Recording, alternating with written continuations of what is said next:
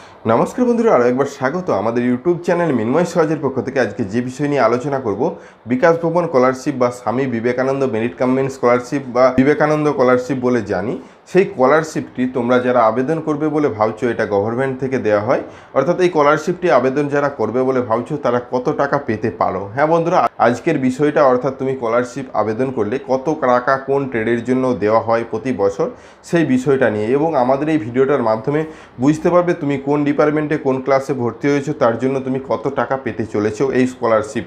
অর্থাৎ এই বিষয়টা বিস্তারিতভাবে তোমাদের সাথে আলোচনা করব। অবশ্যই ভিডিওটাকে স্কিপ না করে লাস্ট পর্যন্ত দেখো এবং আমাদের সাথে থাকো।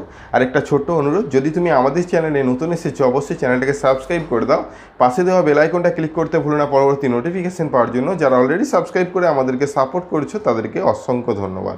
হ্যাঁ বন্ধুরা, আমরা সরাসরি বিকাশ ভবন ওয়েবসাইটে যাব। হ্যাঁ, বিকাশ ভবন ওয়েবসাইট বলতে sbmcm.gov.in লিখলেই তোমরা সরাসরি বিকাশ ভবন ওয়েবসাইটে চলে যেতে পারবে। অর্থাৎ এই ওয়েবসাইটটিতে আসতে হবে তোমাদেরকে, যাবতীয় ইনফরমেশান এখান থেকে আবেদন হবে। বর্তমানে এখনও আবেদন প্রক্রিয়া শুরু হয়নি।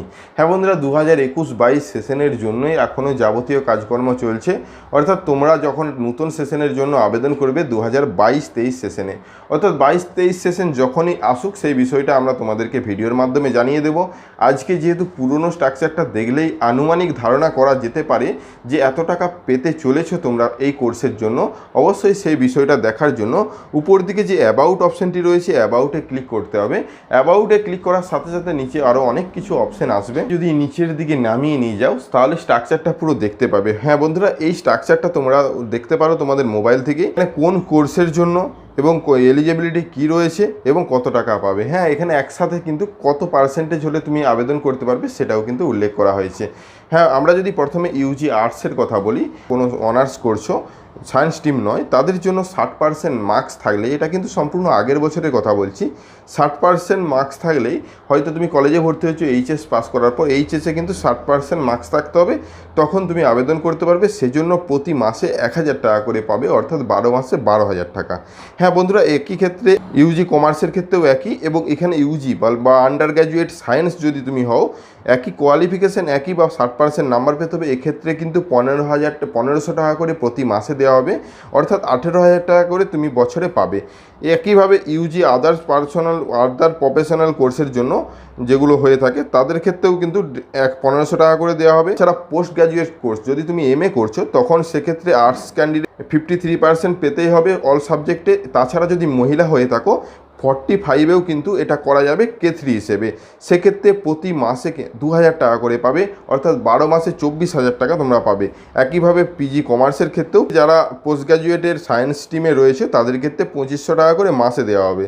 এরপর আছে এমফিল যারা করছো, পিএইচডি যারা করছো তাদের জন্য প্রতি মাসে 5,000 থেকে 8,000 টাকা করে দেওয়া হবে। এটা কিন্তু অনেকটাই অ্যামাউন্ট। হ্যাঁ বন্ধুরা, আরও নিচে যদি নামিয়ে নিয়ে যাও, অর্থাৎ এইচএস যারা হায়ার সেকেন্ডারি লেভেলে পড়ছো 1000 টাকা করে প্রতি মাসে দেওয়া হবে। তাদেরও 60%-এর কথাই বলা হয়েছে, 12 মাসে 12,000 টাকা। তাছাড়া ইউজি এনইটি পিজি ইঞ্জিনিয়ারিং যারা ইঞ্জিনিয়ারিং করছো বা আন্ডার গ্র্যাজুয়েট পোস্ট গ্র্যাজুয়েটে যারা ইঞ্জিনিয়ারিং কোর্সে ভর্তি হয়েছো তাদের জন্য প্রতি মাসে 5,000 টাকা, অর্থাৎ 5-12 60,000 টাকা পাবে।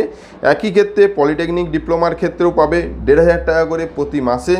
এবং তার নিচে রয়েছে ইউজি মেডিকেল, যারা মেডিকেল করছো, মেডিকেল কোর্সের জন্য এমবিবিএস বা আরও অন্যান্য কিছু, তাদের প্রতি মাসে 5,000 টাকা। এবং তাছাড়া ডিপ্লোমা কোর্স বা প্রফেশনালি কোর্স করছো তাদের জন্য 1500 টাকা প্রতি মাসে। তো তোমরা কত টাকা করে পেতে পারো তোমরা এই ভিডিওটার মাধ্যমে বুঝতে পারবে তুমি কোন কোর্সটা করতে যাচ্ছ বা চাইছো বা ভর্তি হয়েছো, সেই অনুপাতে তুমি কত টাকা প্রতি মাসে পাবে। অবশ্যই এই টাকাটা মাসে মাসে দেওয়া হয় না, বছরে একবারই দেওয়া হয়। তো আজকের ভিডিওটা তোমরা বুঝতে পারলে বা তোমরা প্রতি বছর এটা রিনিউয়াল করতে পারবে, যত বছরের কোর্স তত বছরই কিন্তু তোমরা এটা রিনিউয়াল করতে পারবে। তো এই বিষয়টা তোমরা বুঝতে পারলে যে কত টাকা পেতে চলেছো বিকাশ ভবন বা স্বামী বিবেকানন্দ যাই স্কলারশিপই বলো না কেন তার থেকে কত টাকা পেতে চলেছ।